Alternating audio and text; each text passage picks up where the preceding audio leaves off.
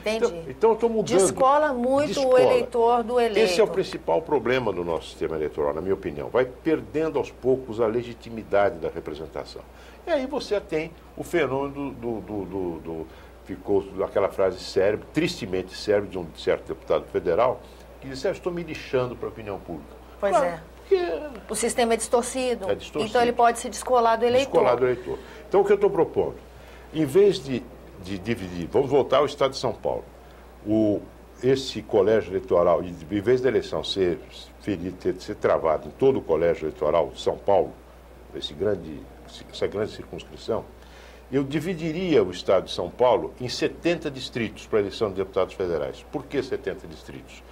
Porque 70 é o número de deputados a que o Estado de São Paulo tem direito na Câmara Federal. Né?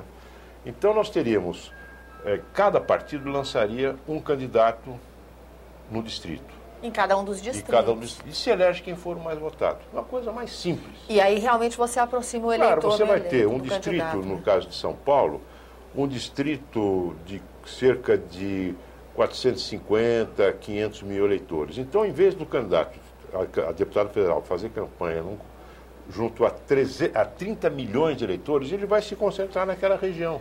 Senador, e com isso... E hoje em dia, só para concluir, hoje em dia os eleitores, na prática, o eleitorado está buscando muito votar nos candidatos que ele conhece, os candidatos da região.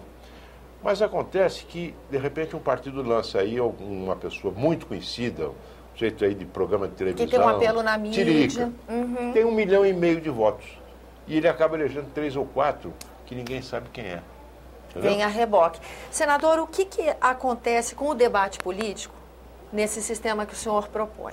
O debate político... Ele fica mais objetivado, não fica? Ele fica objetivado nas questões locais, mas, evidentemente, haverá sempre os eleitores que querem saber qual é o posicionamento daquele candidato em relações que são polêmicas, coisas que são polêmicas que não são locais. O Código Florestal. Qual é a sua opinião sobre os temas que estão sendo discutidos no Código Florestal? Sobre criminalização do aborto. É a favor ou contra a criminalização do aborto? Temas assim que são espinhosos e que todos os eleitores, mesmo das cidades menores, discutem, atingem a todos. E as questões locais. Compromisso com os problemas locais. Com isso você tem uma mudança na cultura política dos partidos. Os partidos vão precisar realmente se enraizar nos municípios. Não é? Vai acabar com esses partidos que são meras legendas familiares nos municípios. Você vai ter que ter enraizamento. Você vai ter um debate cara a cara com aqueles que disputam o voto perante aquele eleitorado. Faz o voto mais consciente, né?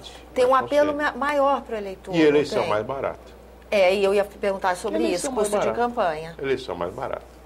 E eleição mais barata e acho que menos comprometimento com relação a interesses financeiros de quem está sendo eleito. O comprometimento maior vai ter que ser com a pessoa, com o cidadão local. Por quê? O que o deputado mais quer na vida? A reeleição. Sim.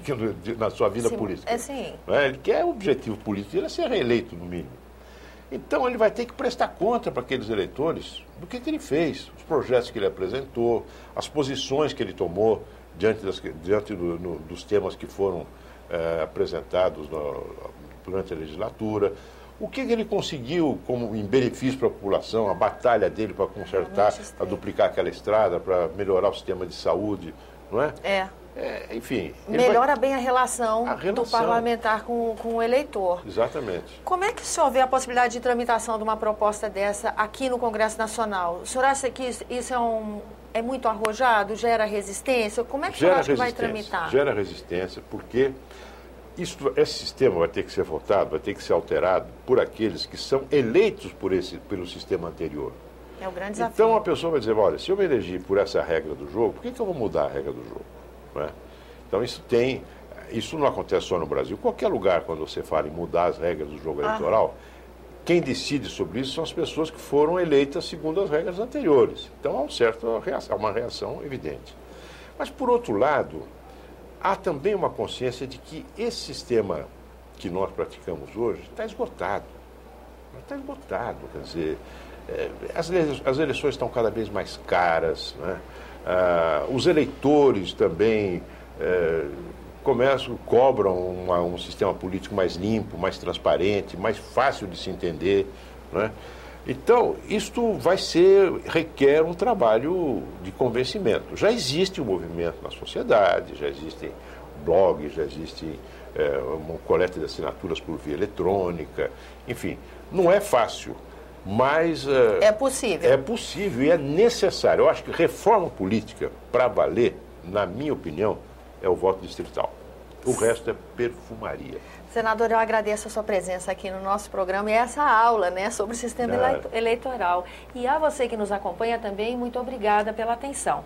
Eu sou Tânia Horman, falando para a TV Senado, Agência Rádio Senado e as rádios conveniadas. Se você quiser entrar em contato conosco, por favor, nos ligue 0800 61 2211, a ligação é gratuita. Se você quiser ver esse ou outro dos nossos programas, por favor, acesse www.senado.gov.br/TV.